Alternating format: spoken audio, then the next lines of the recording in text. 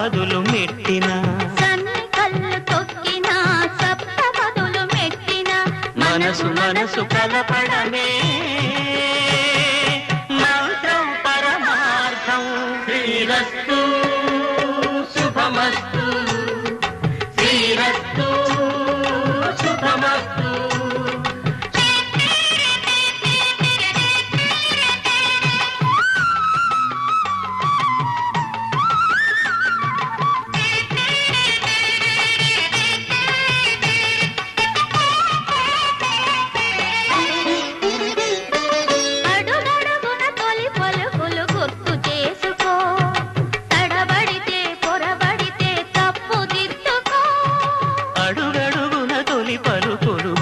చేసుకో